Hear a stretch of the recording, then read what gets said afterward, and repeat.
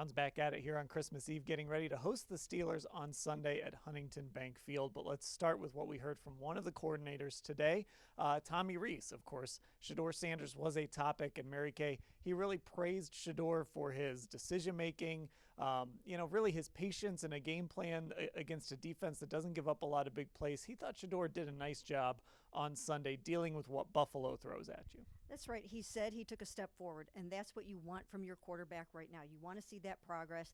They definitely saw that. They were playing against too high coverage, and he had to take some underneath stuff. He really didn't have at his disposal those explosives that he has made a name for himself on. So he had to take the underneath stuff. He was patient enough to do that for the most part, and he managed the game very, very well right up until that final 2-minute drive, which started at their own 12.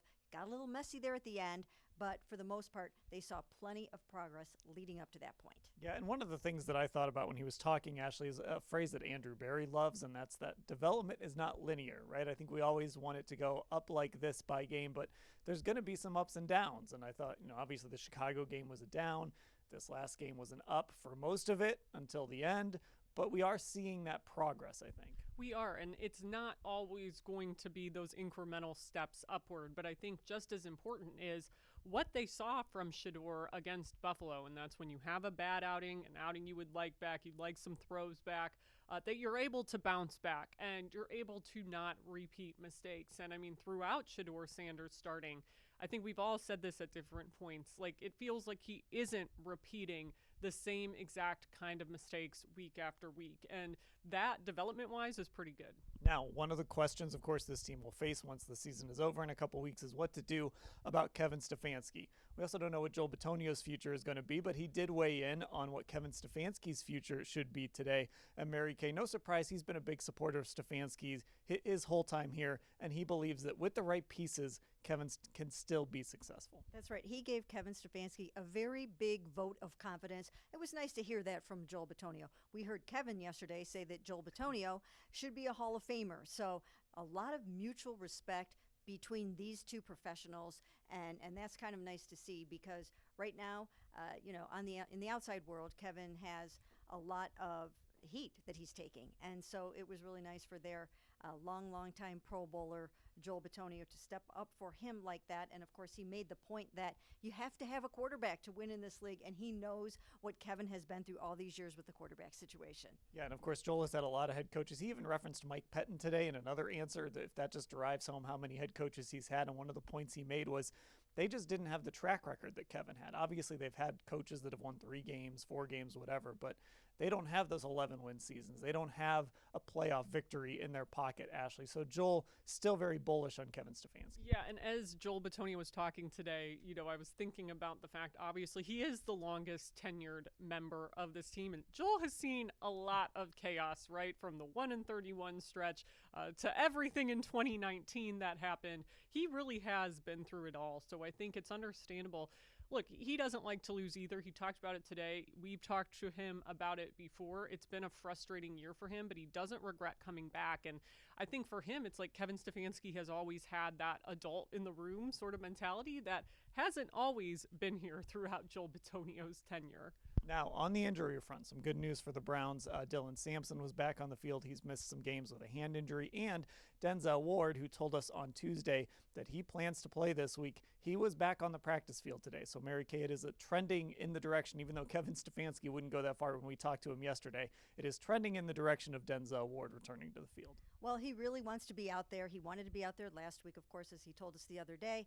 And he wants to be there when Myles Garrett sets that sack record. He only needs one more this game. I think it's going to happen, whether it's against Aaron Rodgers or, dare we say, Mason Rudolph, if they rest some of their starters. But Denzel wants to be there. And, of course, if they are going to get the best of the best from the Steelers, you want your number 1 corner out there. Yeah, we talked about it on the podcast the other day, how spicy it is that this sack record could come against Mason Rudolph, and Denzel Ward would play a role in that with his coverage ability. Yeah, I mean, the NFL script writers can't make that one up if it happens, right? But it would. Look, these guys always say their philosophy about rush and coverage working together. And, I think there's been certain things that have impacted Myles Garrett over the last few weeks. The loss of Malik Collins is one. But I also think undeniably it's been Denzel Ward being sidelined. And look, we brought it up before, this idea that some of these opposing quarterbacks really targeting Miles Harden as that inexperienced link in the Browns secondary, so it'll make life a bit more difficult on this Steelers offense if Denzel's able to be out there, and maybe it will help Miles. Now, one more note about a pass rusher on the other side. TJ Watt did return to practice today.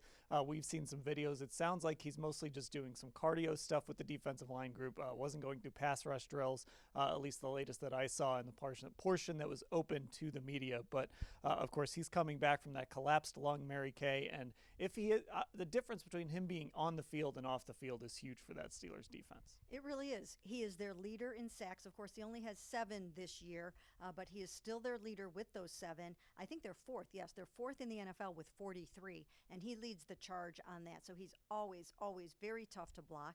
He also gets his hands up on a lot of batted balls, and that's something that it kind of reared its head as an issue with Shedeur this week. And so that's something that they would have to watch out for with him as well. But he still has a few days between now and the game, of course, to see if he can make it back. And if the Steelers need to clinch on Sunday, they're going to want TJ Watt out there.